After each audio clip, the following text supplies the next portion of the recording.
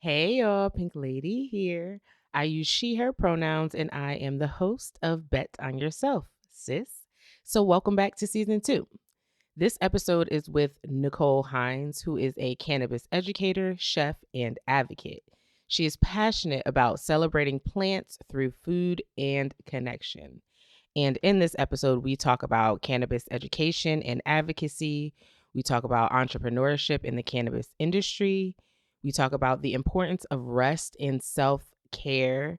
And we talk about embracing discomfort for growth.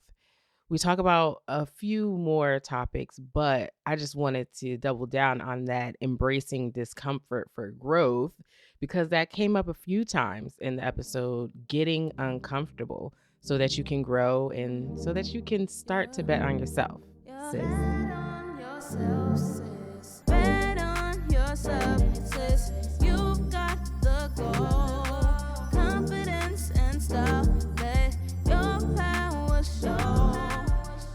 Necole, oh my gosh, I'm super excited to talk to you today. You do something that I love and I'm really interested in. You are a cannabis educator, chef, and advocate, and you're passionate about celebrating plants through food and connection.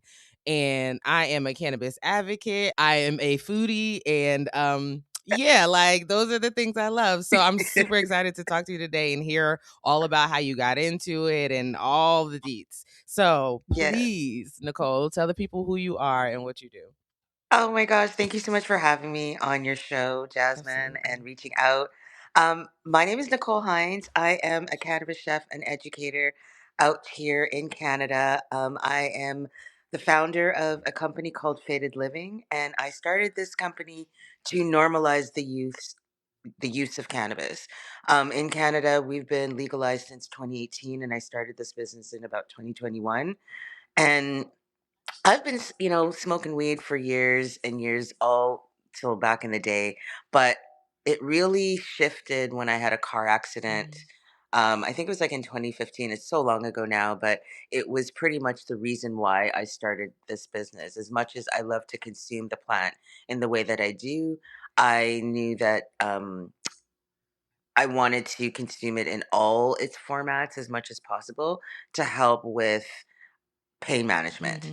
Mhm. The car accident kind of like, was pretty severe, and I used the plant to help, not just smoking, but also with like topicals, Mhm. and eating also became an option as well over time once I learned how to do it. And I realized that by utilizing the plant in, a few of the ways that you can, it has really helped to have a balanced life because I use a plant for so many different reasons. Yeah. And I wanted to share that with other people and let people know that you don't have to be so fearful of the plant if you just learn how to take it in small doses in the format that works for you. So Faded Living kind of came to be because I have a love for food, and I've been a food entrepreneur before. So I kind of took the love of food as well as the love of the plant, put it together and created Faded Living. So I'm a Jamaican Canadian, and a lot of the food that I do is Jamaican fusion Mm. dishes. So I just was like, Jamaican fusion infused. That's kind of where the food aspect comes together.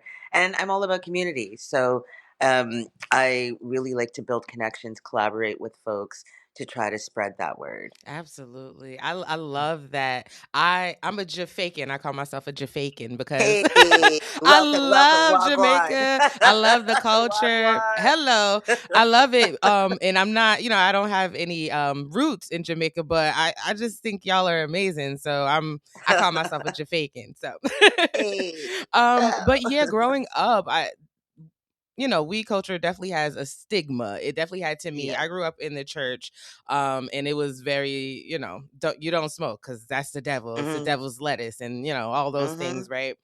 And it wasn't until I didn't start consuming until college. Actually, the first time I ever Okay. smoked was it was between like my freshman and sophomore years in college, and I was like, "Oh," I literally remember, I can still remember the first time I smoked, and I'm just like, "Oh, this is what y'all been, like, trying to keep away from me?" Like, what? And then I found out, like, almost all my cousins smoke. I was the only one that was like trying to be a square, trying to like listen to what, my parents were telling me to do. And then I found out like, oh, you all are doing it. Okay, it feels better, right? Like Hmm. I tried it with other friends and then I just wanted to, I guess. Well, actually, honestly, the person I was dating at the time he smoked all the time. So it was just like, Yeah. I want to be around him. I like him. There's a reason I like him, right? So let me try it. So I tried it with this guy. And then 10 years later, I won't age Here myself. we Yeah, are. right? Very, very different. So I want you to talk a little bit more about the stigma and like Yeah. how what you do helps with that, how it combats that. Because I- I think a lot of people don't know like there are so many different ways you can use the plant, like you just talked about, like topicals and food and all the different ways. It's not just smoking, right? And that No, you stigma. can drink it too. Exactly, you can Absolutely. drink it too. So the stigma, I feel, especially like being in a country where like it's legal from coast to coast, I Mm. feel that the stigma is really around the smoking aspect of Mhm. things, right? Like people don't like the smell. I think the smell is fantastic, but Same. people just don't like it, and they are still thinking back into the devil's lettuce kind of Mhm. energy, right? And I, sometimes I'm not even sure like what are they really fearful of, because the behaviors of people who are quote unquote high aren't the same as somebody who's extremely intoxicated, Mhm. right? Like, I mean, we're not punching holes in walls, we're Mhm. not doing that kind of energy, but the stigma is sort of still there. So for me, my favorite way to consume is by smoking. It just, that's just how it is.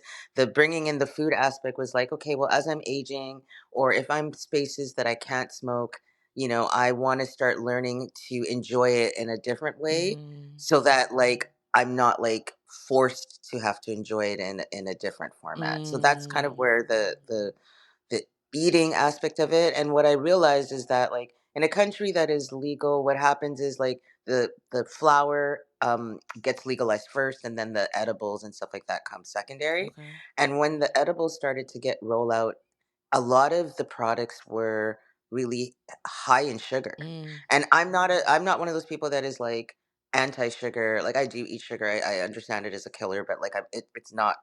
I'm not really against it like that. But I Mhm. did notice it.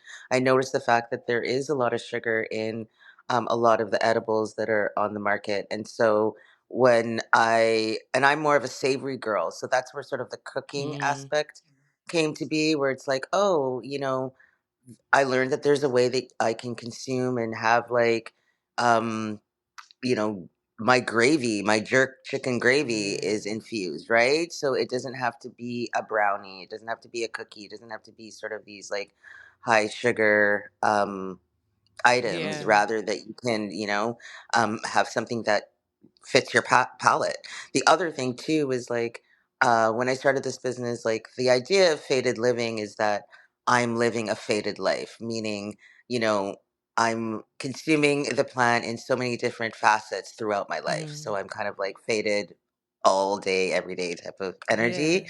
Yeah. So starting off the day with an infused honey in your tea is a great way to start the day, or Mhm. infused olive oil in your smoothie. Guys, it really is a great way to start the day. I'm Yeah. not going to lie. So I just learned that there's like a lot of different ways that you can consume, and it doesn't have to be high in sugar. It can actually be in ways that you enjoy food already, Yeah. right? And then taking away that stigma was like, people are not usually afraid of food. And if I can show people that you can consume the plant in a way that works for you, then you don't have to be so fearful. Because to me, I really think that it's the smoking Mhm. that really turns a lot of people off of it. And I think it's because people just assume smoking with cigarettes, Mm. right? So that's, and I'm sure there's so many other reasons why, but that's what I see a lot of. It's the smoking aspect. Where it Yeah. comes to eating it, as long as they don't know that you're consuming, they're fine with it. Yeah. But smoking really tells you that you are a consumer. Yeah. That's a great point. And I think the stigma definitely is surrounding the like smoking part of it because of like the look, right? Yeah. Because, the whole thing about like weed smokers are lazy, right? That, that think that type of mindset. And when Yes. you see a weed smoker and smoking, it's like, oh, it's just like a whole image, I guess. So, Yes. we won't stay on that for too much. But I think that's a great point. And then another point about like when edibles, to me, when I first started seeing all these edibles, it was definitely cookies, it was definitely Mhm. brownies, right? Definitely all this sweet stuff.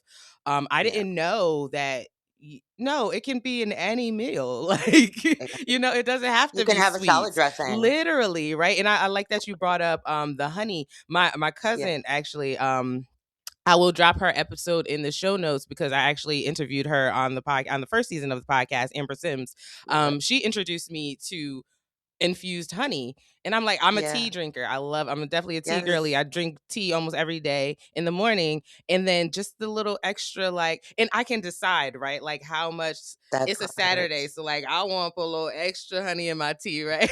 Or like, no, We're I'm going to work today, so like I'll have only a little bit. But that's a freedom in it too, right? And then it's just a different way to consume that people, I'm sure, don't really think about. So They don't think great about. point. And another thing too that I've learned about edibles, at least even before legalization, was edibles I felt were like these heavy hitter Mm, type of experiences, right? Like yeah. you would get a brownie that like they just dumped an ounce into the batter, and like this is your You brownie, couldn't and now you're finish it. like It wasn't really comatose for enjoyable. Yeah. days. You know what I mean? Like, it's a little bit Absolutely. much.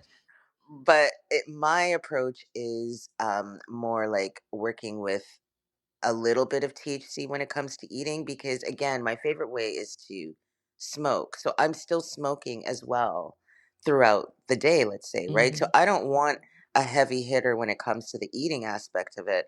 I want it more of a lighter kind of, Yeah. dosing, so that if I'm smoking, it's kind of like a layered experience and Yeah. it's not too much. Whereas I found that, yeah, back in the day, like the edibles were just to kind of like really like these heavy hitter type of experiences, Mhm. like, you can't move for hours and all this kind of stuff. And edibles do hit people differently, Yeah. right? You don't know what the experience is until sometimes up to an hour, if not longer, later. Whereas smoking, you kind of like know how you're going to feel Yeah. pretty instantly. So I know that people get a little bit fearful of it, but I do think it has to do with the dosing and the fact that, like, um you don't have to go so hard with the dosing when it comes to eating, right? Yeah. Like you can start off really like slow. It's real. Yeah. Go low, you know what I mean? Go slow, Absolutely. start low, all that kind of stuff. Like it's a real thing, and it Yeah. allows for a much more comfortable experience. Absolutely. Um yeah. Yeah, and because that's a very good point too. I think a lot of people, like, they have that first experience and get turned off because, oh, I got too Yes. high, I got whatever, whatever, Yes. and it's just like, oh, I don't want to do that ever again. But yeah, the Yes. smoking is more of like a head high. The edibles definitely are more of a body high. So I love what you're Yes. saying about like that layered experience. Like Yes. sometimes, especially in the beginning for me, like the edibles it was a punch for sure. And Yes. yeah, like I'm good. I'm good off Yeah, that. But exactly. but yeah, Exactly. I love what you're Exactly. saying. Let's move on to talking about the like entrepreneurship conversation. Yes. Let's talk about like how you built your business, like what that actually looked like. We like to know the details, the nitty gritty. We like to know the challenges Yeah. that you went through because we know entrepreneurship is not all, rainbows and No, it's unicorns. not. It sure isn't. So, as somebody who ran a business before, like I call it like a traditional or a square business, Mhm. right? So, I had a food business before. I was making Jamaican fusion food.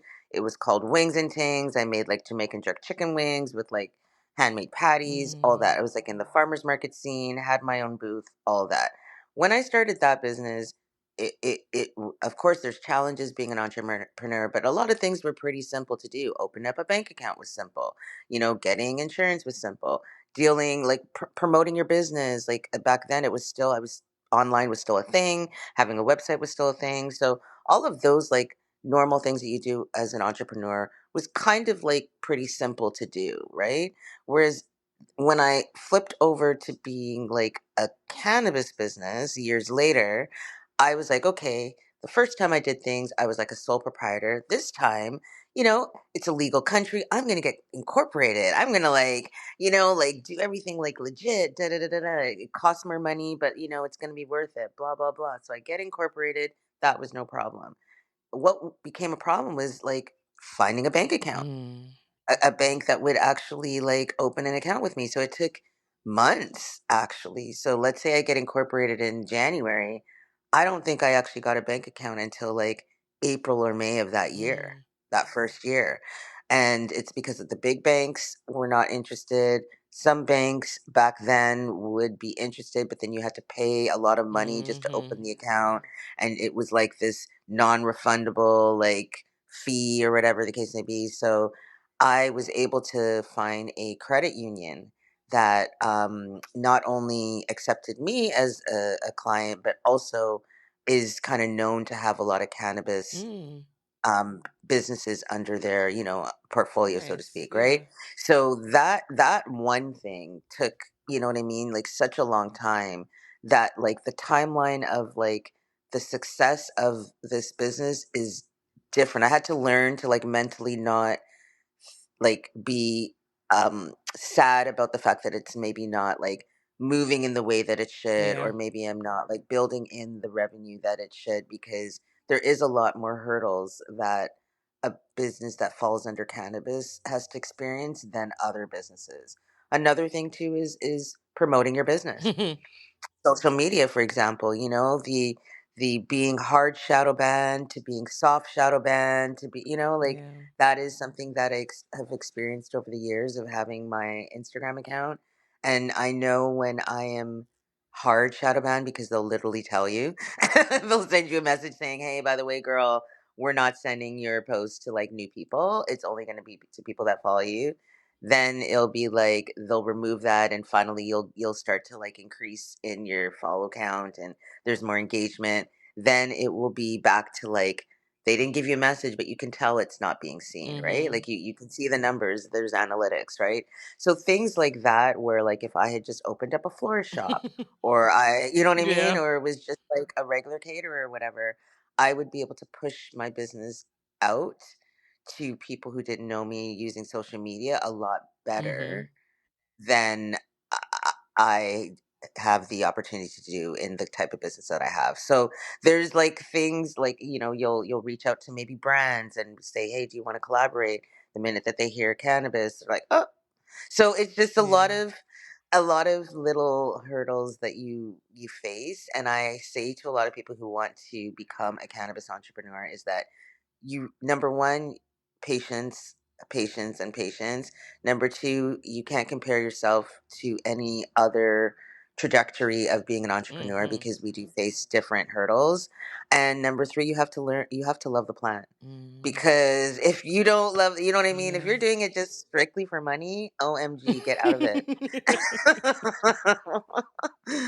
Get Yeah. out of it. Don't even, it's not the same as like another type of business that you could run. Yeah. You really do have to, and you have to be able to pivot as and be open to like that, right? And to realize like, okay, you might have wanted to do XYZ, but there really isn't a market for that. And I Mm. will say that I've learned over the years, especially with social media, is that there are a lot of people who like what I do.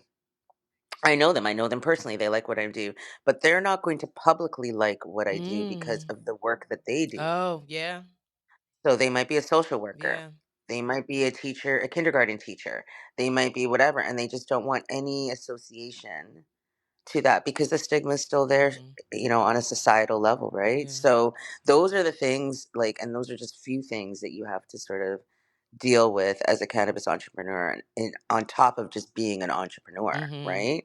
And then in the industry itself, it it doesn't like, yes, there's a lot of women in the industry, and they're trying to make like a lot of moves in the space and stuff like that, but we aren't the ones that necessarily get access to capital, Mm.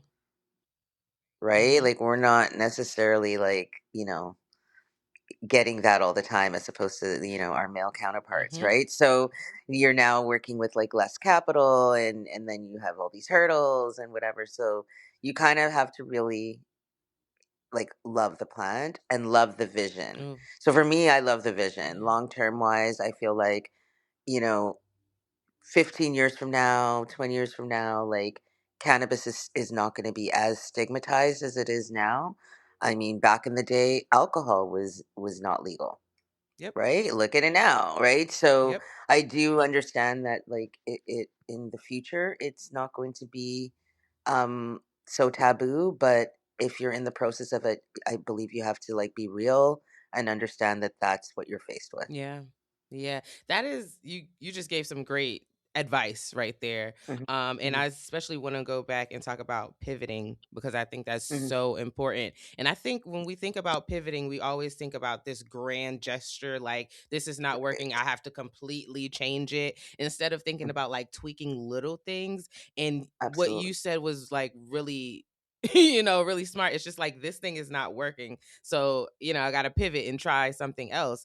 And also because I think a lot of times we feel stuck in what we're doing and we feel like we can't do something else. So yeah, please Hmm. talk more about Pivoting. Yeah. So one of the things, the main things that I wanted to do with this business was infuse dinner parties. That's what I launched back in February of 2020.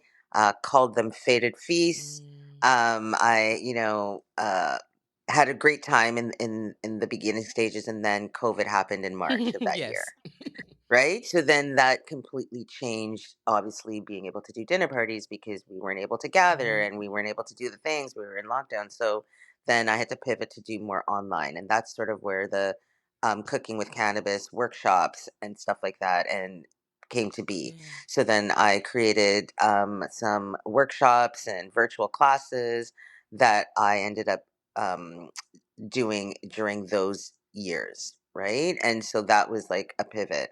And then after that, when we started to gather more again and things started to open up, the virtual classes were no longer popular, right? So then you had to like pivot, you know what I mean, back. Mhm. And then the dinners were not as popular yet either because like we were outside, but we wanted to be like outside, Mm. like like maybe like festival kind of energy. Like we still didn't want to necessarily be like in close quarters outside. Yeah. So I just had to like, okay, then I had a podcast. And so that was my idea was like, okay, if I can help to take away the stigma of cannabis and all of that by interviewing cannabis entrepreneurs and showing that we aren't quote unquote lazy and that we are like you know what I mean like doing amazing things in the space Yeah. and the fact that there is an actual industry because a lot of consumers don't even know that, right? Yeah. So that's kind of like a pivot that I did there, and then like I'm now in the process of pivoting into like collaborating with retreats Mm. and sort of having that being an option where like I can do a workshop and also do some of the uh, culinary infused meals for the said retreat Yeah. and have that as an option and get more into the tourism aspect of things because me as a cannabis consumer when I'm looking to travel to places I do look into see like how accessible Mhm. is cannabis there. Am I going to go to jail Yep. for it? You know what I mean? If I consume, like, I look those things up, Yep. and I think there's a lot more people like myself who do that and will put our dollars in places that we can consume Yep. just as easily as we can possibly consume at home. So that's the whole, like, some of the pivoting that I've had to do over the years, knowing that, okay, if something doesn't work, then don't like get stuck on it, just like shift to something else. Absolutely. Because that's why a lot of businesses fail, right? Because they can't pivot or they don't, right? I don't know Yeah, if it's can't or don't, but the exactly. point is they fail. So, yeah, absolutely.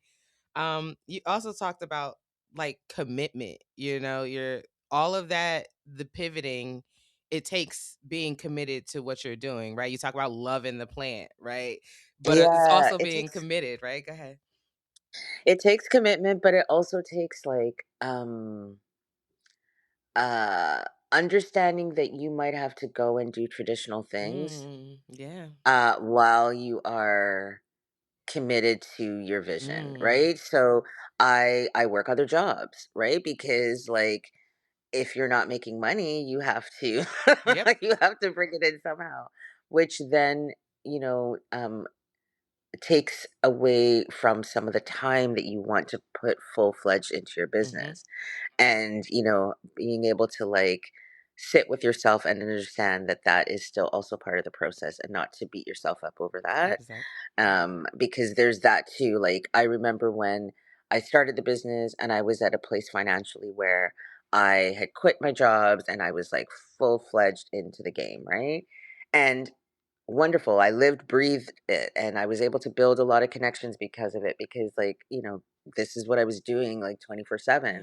And then over time, as like the money doesn't come in consistently enough, I have to do other things to kind of bring in money to be able to like support myself and all of that, which means you have less time for your Mm-hmm. business, right? You come home, you're exhausted, you're helping to support somebody else's vision, you know, and so you're Mm-hmm. dealing with sometimes irritation and anger and, you know, a lot of emotions type of thing. And Absolutely. then there comes to a point where you just want to give up of the vision. But I'm like, no, long term, like my long term, I know I want to own a 420 friendly villa Mm. in the Caribbean. That is the long term. Yes. And so I don't want to just like hop out of the scene and then try to like re-enter 10 years from now. I'm like, okay, I might have to do other things to keep me afloat. But I will continue to like build the brand, at least have some presence online, try to do an event here and there, you know what I mean? To just kind of Absolutely. keep things, you know, relevant until the final dream comes true. Yes. Yes. So I started my business in well, officially started my business in 2020 as well. I had already been doing Hmm. like creative things on the side. I always had a full-time job, and then I always did creative things on the side. So I got laid off in 2020. So I officially went into business as well. And when I first went into business, it was popping. Like Yes. I was making good money. I was doing exactly Yes. what I needed to, Yes. keep moving forward. And Yes. then something shifted. Like I don't know what happened. And I felt like a failure. So like Yes. my main client, she stopped doing her podcast. She just decided she didn't want to do it anymore. And that's totally fair. Yeah. That happens, right? Yeah. Businesses end all the time. But I wasn't prepared. And I Right. felt like a failure, right? I felt I now I got to go work for somebody else. I can't find clients, Right. right? Like all of those things. And along the way I pulled it together, and it's just like Mhm. I stopped feeling bad about it, because it is what it is, and everything is a means Mhm. to an end, right? Like I see Absolutely. the vision for what I want to build in my Mm. life, but sometimes we got to stop. We have these stops along the way, and we just got to make it work You along the do. way. And that's a Absolutely. part of it, right? That's just a part of the It journey, is. so it's okay, and I had to learn that too. So And it's okay to also take time off for yourself. Like, mm, one thing that I had to learn is like I don't really subscribe to like the having to grind mm, 24/7/11. Like, yes. you know, I get tired. Like, sometimes Yes. I get home and I want to be in bed by 9 p.m. Okay. Like, no Yes. joke. Like, and I will do that because if my body's asking for it, then I give it Yes. to my body, because that means that maybe the next morning I wake up bright early, you know what I mean? 6 o'clock, I'm up, I'm fresh, I'm ready to have that energy to pull in rather than pushing myself to a limit. Because I think that's also why burnout is real, right? Like, people Mhm. push themselves to a limit and they get burnt out, and then they completely just say, okay, I don't want to deal with this anymore. I don't want, forget the vision. You Mhm. know what I mean? Like, I'm over it. I just can't handle it anymore. And I didn't want to get to that. Like, I look at my last business that I had, and it was closed because I had the car accident. So then I'm physically not really able to be standing and cooking and this and that, whatever. But I was also tired and burnt out. Like, I was doing the most back then. Mhm. And, you know, it worked because I was in an era that I had the energy to do Yep. that, right? But I, you know, as you morph with your business, and which includes aging, right? Like, you know, the longer you have your business, it means that you are older than when you started Mhm. it. And I have to remind myself that, okay, I have to work with the flow of my body, the flow of my energy, like tap into the times when I have the most energy and be creative then, and allow Mm-hmm. myself to relax Mm-hmm. and, release when I don't have it. And everything will come out in the end Yeah. properly. But like, I just try not to stress. Yeah, because stress will kill you. Like literally, that's not Period. even that's not even something like an exaggeration, right? Like no, No, stress will kill you. And period. I like I feel what you're saying so much because I used to feel the same way.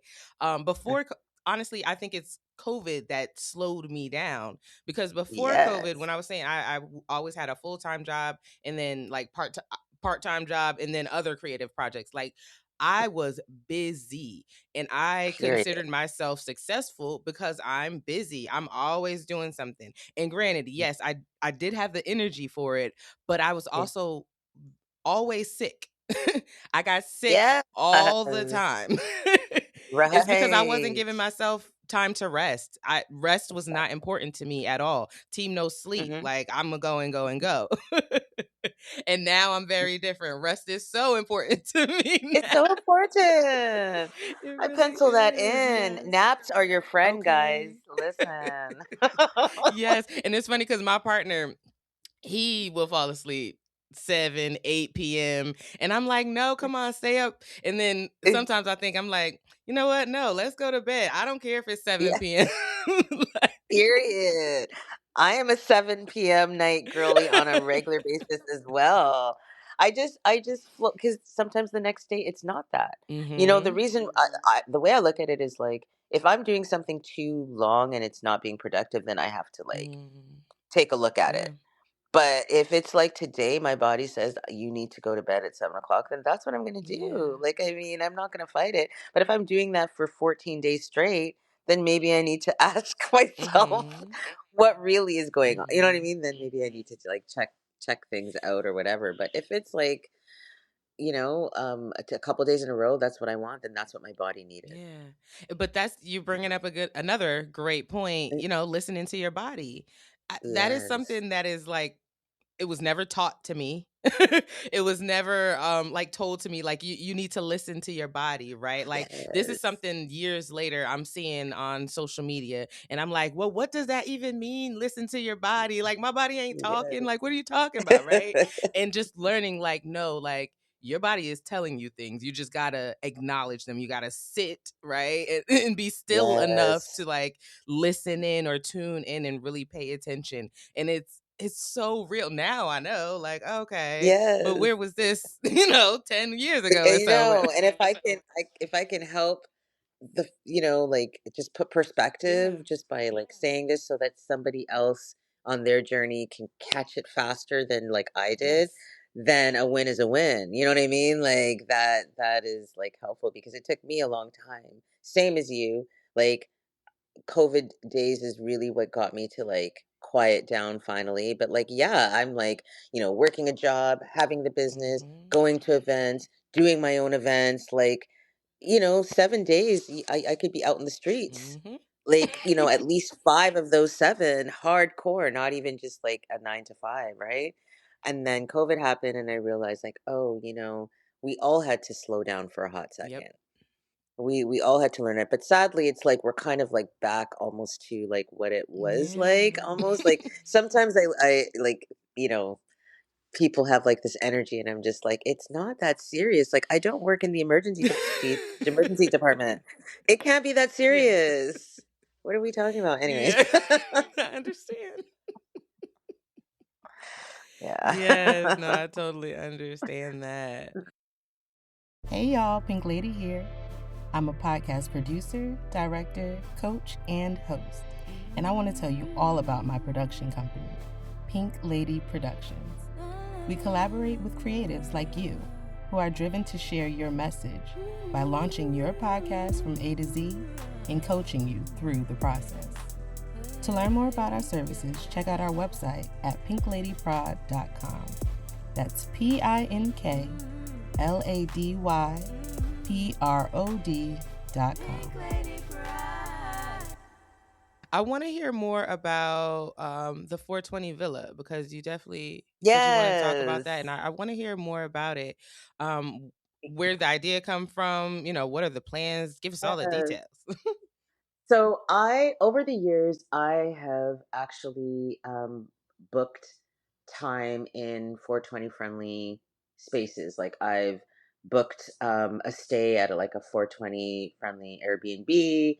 I've, yes, I'm Jamaican Canadian, but I've also traveled as a solar traveler to Jamaica and stayed in spaces where like smoking is encouraged. It's not like no fear about like you can light up wherever you can light up in some. Like I was at a guest house a couple years ago, yeah, 2024. Now actually 2025, and I was at a guest house and they're like, yeah, you can smoke inside, you can smoke in your room, Yeah. isn't that whatever? I was like, Yes, okay, I that's the kind of like goal. this. Ah.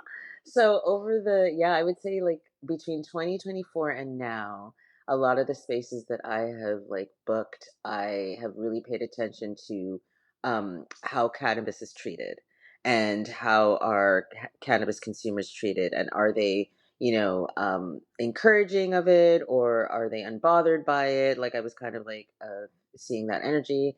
And I realized like, yeah, I really like when I'm in a space where I don't feel a type of way to light up, Yeah. right? That it is, nobody's going to say, sorry, you can't, whatever. Like, Hmm. even if it's smoking outside, they're not looking at you funny.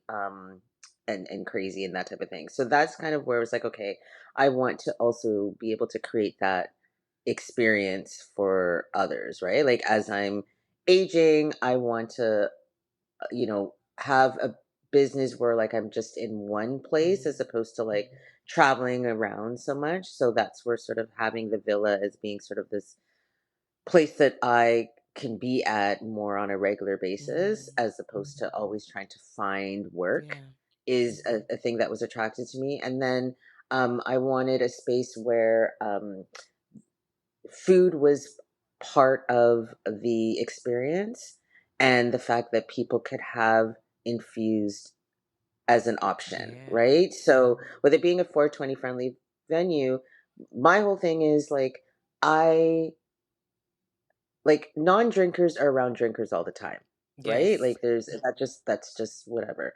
And so I want to create a space where a non-smoker can be around smokers, and and they can Yeah. sort of see like what our energy is like and how we flow and things of that nature. So that's why when it comes to the food aspect, it could be optional, so you don't have to have an infused menu. But the idea is the same as the way I teach it. Is the food would all be infused on a more low THC, high Mm. CBD kind of energy. And in the way that I infuse is I don't actually do the full meal. I will do things like the dressings, the gravies, chutneys, things that are dipped, so that again it makes it easy for a person who's not consuming to enjoy a meal, and then who somebody who does want to enjoy the meal, they can choose sort of the infused dips, sauces, chutneys, that type of Yeah. thing. I want to allow for people to have not just the culinary experience, but also like an immersive experience, in the sense Mm. of like having river dining experiences that happen to be infused. Nice. Like so it's not just the ingredients, but also the actual like location and vibes of the space. So Yeah. and then I love yoga, and I love, what I mean, like meditation. So I want to have those offerings as well. But I also want it to be a space that people can also come and go and do what they want. If they just Mm. want it to be a space that they just want to like unwind and kind of like unplug from society, they can. If they want it to be a space where there are some kind of activities and things of that nature, then they can have that option too. So a bit of both, but the fact that if you are a consumer, it's easy peasy for you. And going into countries where, let's say, even when you know that cannabis is um, encouraged, or it's not like taboo, it's hard to know where to get it Mm. when you arrive, right? So I want to be a space where like we can curate that experience for you. Like, if you enjoy edibles over smoking, like we can ensure that you have access to that. We can ensure that you have access to flower if that is your way, so that you're not stressing about the things, Yeah. right? You come into your room, you've got all your material, you've got your rolling tray, you've got your grinder, your this and that, whatever, and you can indulge in the way that you want to indulge, Mm. right? So yeah, that is the future. Yes. It's right now. I'm just trying to figure out what part of the Caribbean it will be. Mm. um, at first I thought it was going to be Jamaica, but I have visited and will continue to visit some other islands that also have had decriminalization happen as well. So I sort of want to see what that energy is there before I make a decision as to where the spot will be. Yeah. And then once I know what the spot is, then you can start building Oh, to make the dream come to life. sounds like a paradise. Like Yes, what everything you yes. described is I'm just like, oh, sounds like paradise. Like I can't wait Right? because I'm gonna definitely be there for Listen. sure. I experience that all the time, of so for example, my partner and I, we just went to Hawaii and it was like, okay, where are we gonna get it from? And That's then my also point. having like the other things, it's not just the flour, right? I need Yeah, something to roll it yeah. in, right? Yes, yes, that's So it's right. all the things. It's like, oh, figuring it out. And if you're a smoker, that's like the first thing you're gonna do before you could really Period. enjoy yourself, right? So Yeah. having that like full experience, oh yeah, that's Yeah, and paradise. and also it's paradise. And as somebody who's like been in places where like I've found it, Mhm. right? It's just like the pricing can be Mhm. so like there's such a disparity of the pricing. And then for me coming from a country where it's legal and the prices are right over here, it becomes irritating to Mhm. go elsewhere. Well, they're trying to tell me, oh, you have this is a good deal. I'm like, no, no, fool. Like I live in a country where it is legal coast to coast. Like Uh-huh. this is the worst deal Uh-huh. ever. What are we talking about? Like, like Uh-huh. so. Uh-huh. Yeah, I want to hook people up proper. Yeah, because I'm in the US. I'm in Jersey. Yeah, But I've been to Cali. I've been to yeah. places. I've been to Cali, oh my gosh, prices. okay. What are we talking about? Okay. Okay. And they'll tell you like these are amazing prices and it's like all right, like I know you got to tell me that, but it's not. It's really You guys believe that all you want, but I know it's the truth, yeah. and it's not that. Yeah. I remember going, yeah, I was in LA a couple years ago and for this conference, and I was like, yeah, I'm gonna get some, Cali weed, da da da da da. And then I looked at those prices. Granted, uh, I'm coming with Canadian dollars, Mm. so our dollars also like not on par. Mhm. So now I'm paying even more. Yeah. Yeah. It hurt my heart and it hurt my soul. I swear. I was so happy to get back to Canada. You don't Yeah. even know. Yeah. Yeah, yeah. I can't even say So yeah, anything. I do want to hook people up proper and make sure that they have Yeah.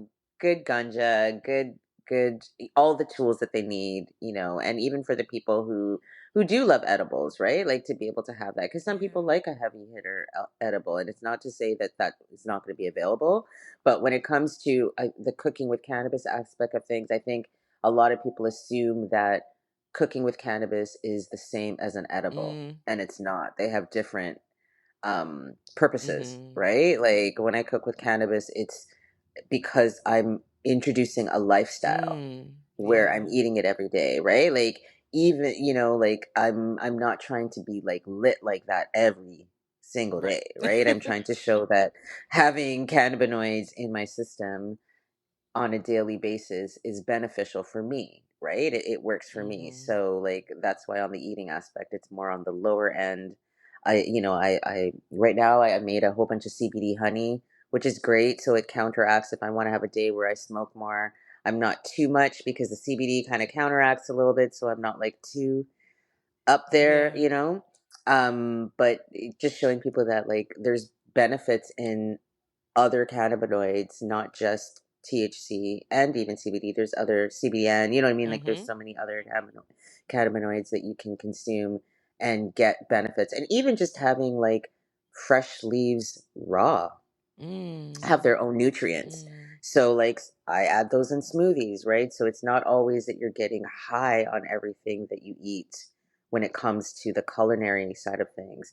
Edibles has its own purpose, Yeah. right? Like it is to get you to either a level or to experience cannabis in a way that isn't smoking, or it could be because you're using it for pain management and you need high THC levels, and you don't smoke or you can't smoke, and so that's why. So there's a purpose for the highness of an edible, but when it comes to like the culinary side and eating, it's I always say to guests when I'm doing a dinner party, like my intent is not to get you so inebriated. I want you to go home. Yeah.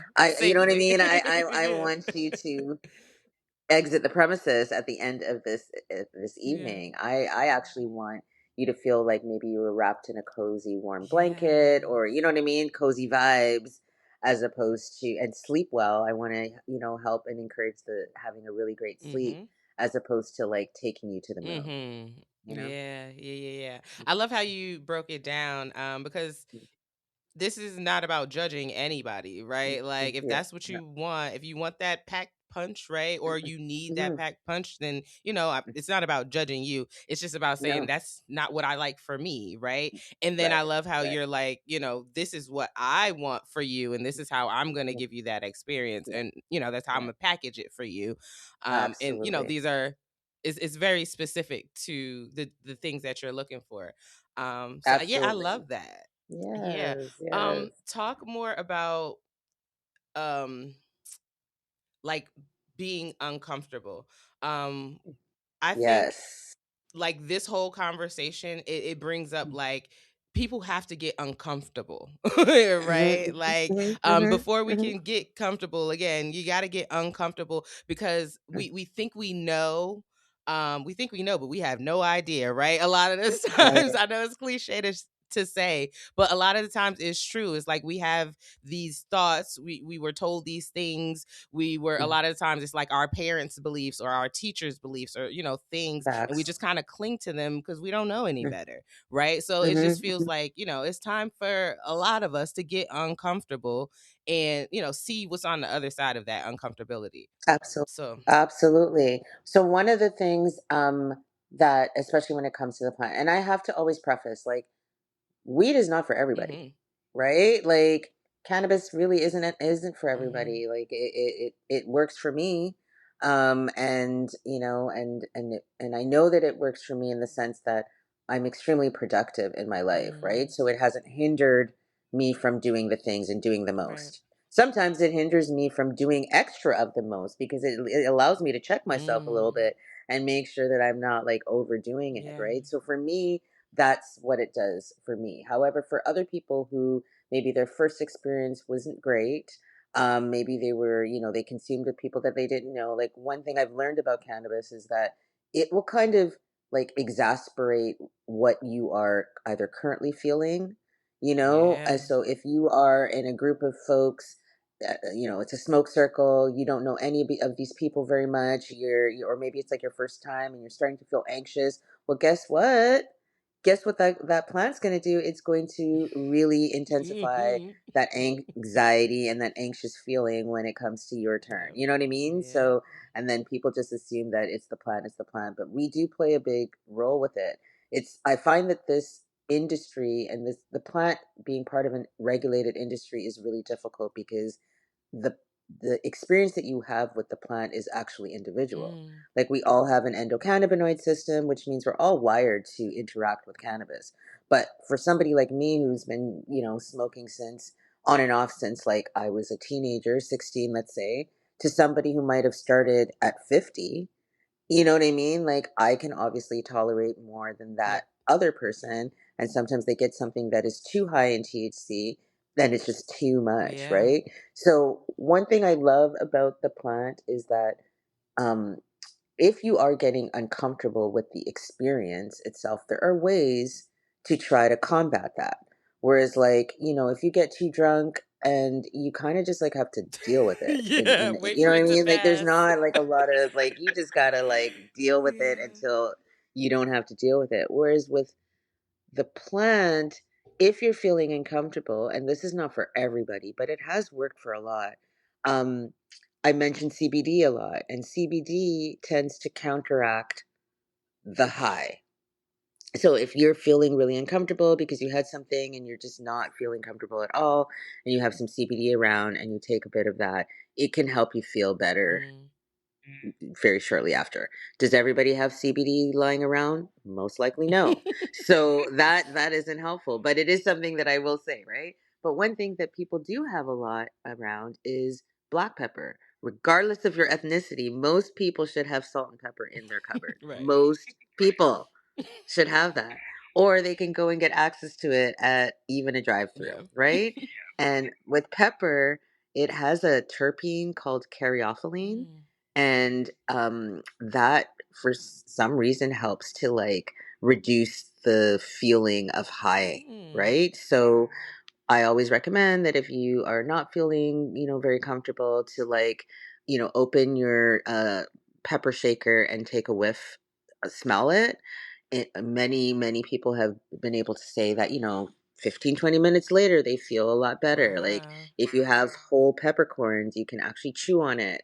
And a lot of people have said that they felt better. So that is something that is helpful. Yeah. People have found that like, um, drinking something with citrus, because like they also have terpenes, and like limonene is like in lemons and Mm. things like that. So people will have like lemon water, or they might have orange juice and things like that to sort of Okay. help to reduce that feeling. Water is also helpful. Removing layers is also helpful. Going to sleep is usually very helpful as well. But the whole black pepper one is, I find, has been super, super helpful for people who they're feeling the onset of quote unquote greening out. And once they kind of like take a smell of it, or they chew the peppercorn, it has helped them feel a lot better. And once people know that there is something that can potentially help, then they tend to have a better experience Yeah. once they eat it. And education is everything. The sad Yes. thing is that when it comes to like legalization in most places, they don't allow for education, Mm-hmm. right? You're not allowed to tell people like, "Oh, this helps you to sleep," and "Oh, this helps you to da," or "Oh, this is what you can." So I try to share it by talking about my own personal Yeah. experience. So this is what helps me. Yeah. That's a great point. I think a lot of Mm. times, the only time we really hear like of medical cannabis is when it comes to cancer. And it's like that's a Yes. big thing. Like, oh, Yeah. cannabis must be this huge medicine that has to combat cancer, right? And it's like it's no, not really. It's No. not that. It's really something different. So, and what you're saying about education, I lucked up because I'm in New Jersey where it is legal recreationally. So we have a lot of education about it, and there are even like free classes that you can take and different things like Nice. that. But a lot of places in America there are not.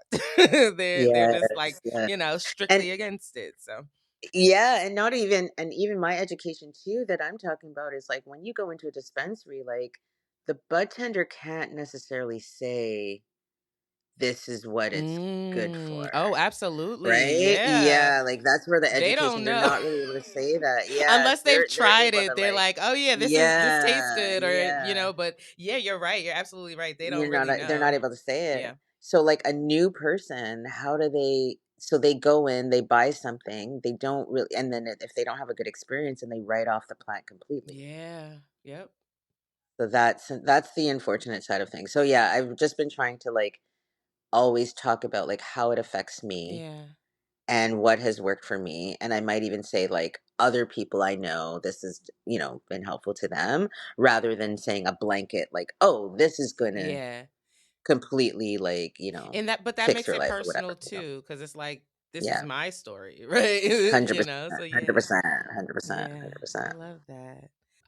So yes, please, Nicole, you've given some like really great advice, some really great tips throughout this whole conversation. But if you have advice specifically for Black women entrepreneurs, what would it be? It would be to not be afraid to be in spaces where you are going to be the only one. Mm, mm-hmm. because it goes back to the whole being uncomfortable thing. So it's not just the uncomfortableness of sometimes the experience you might have consuming, but it's also like being an entrepreneur in these spaces, because not every place that you live in has a huge Black population of entrepreneurs that are in this space. So Yeah. in many cases, you might be one of the few, and to just be open to be and have the courage to just be in spaces that you might be the only one. And then the second thing that I would say is to also remind yourself to collaborate with people that are not in the space, so other Black entrepreneurs that are not in the space but do complementary things. Mm. So for example, and this is something that I haven't done yet, but I will, like, tattoo artists. I'm not trying to, like, I love tattoos. I have so many, right? So that's why I'm Me bringing too. them up. But like, I'm not trying to say like every tattoo artist that I know smokes, but I would say that the community Yeah. is not afraid of cannabis Yeah. people, right? So if you were doing an event and you wanted to connect with a tattoo shop, you know what I mean? That might be a good collaboration. Mm. Artists are another one, for example, whether it is musicians, or it is like actual visual artists or whatever. They are, I'm not saying all artists are consumers, but I will say that they're not afraid of being around the Yeah. plant, right? So, like, collaborating with people in your communities that are doing things that are complementary to what you do is Mm. going to also be helpful, rather than trying to think you do everything in the cannabis space. Because that's, I would say, was the if I could do things differently, I wouldn't have like focused so much of my energy of just really trying to target the cannabis industry, Mm-hmm. but rather make sure that you're known in the cannabis space, but also like try to find clients in other Yeah. industries that are complementary to what you do, right? So yeah, I just gave some examples of, like, those industries and spaces are not afraid of the plant, so the chances of maybe collaborating are going to be higher Yeah. than, um, trying to do it with like, um, I bring up a florist a lot, just, but like, I mean, even down to a florist, as much as like, okay, like a plant is, cannabis is a plant, they don't necessarily want to like associate with that plant, Yeah. right? Because they're not really known for that, Yeah. but like the art scene is more known for it. So like go into a space that it's not going to be such a hurdle. Yeah. Yeah, I think that's great advice.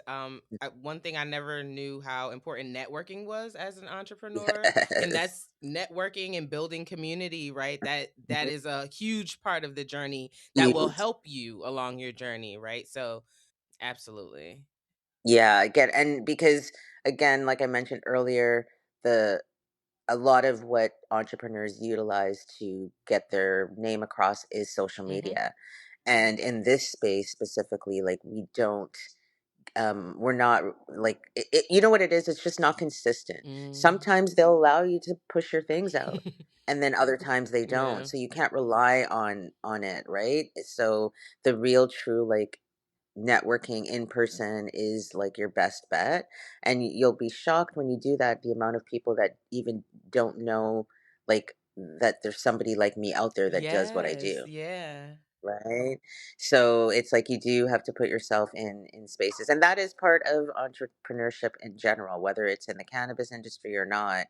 You do, have to get over any fear of like um speaking to new people, Yes. being in spaces where you don't know anybody. You kind of have to like get over that hump, Yes. and really be able to talk about your business in like 30 Yes. seconds type of energy. Be able to have that 30-second pitch type of thing. Yeah. And it's not really a pitch, but it's like an intro. Yeah. Have a 30-second intro to who you are that you can really clearly say, like, this is what I do, this is, some of the services that I offer, and boom, Mhm. is also going to be like beneficial. Absolutely. Mhm. Yes. That was another great episode, right? I know. One of my favorite parts was when Necole talked about cannabis being a personal experience, right? She was talking about how it's a shame that it's so regulated because it really is a personal experience, and people talk about, what it does to them. We don't really have education, especially in the USA, right? So what it really is just a bunch of people talking about how it helps them. And then on the other side, you got a bunch of people talking about how they hate it and how they probably don't even know much about it. Right. People like Necole are so important because they're trying to change that. They're trying to shift the narrative and fix what's been broken here. So make sure you follow her on all of her socials at Faded Living. And don't worry because it is definitely listed in the show notes.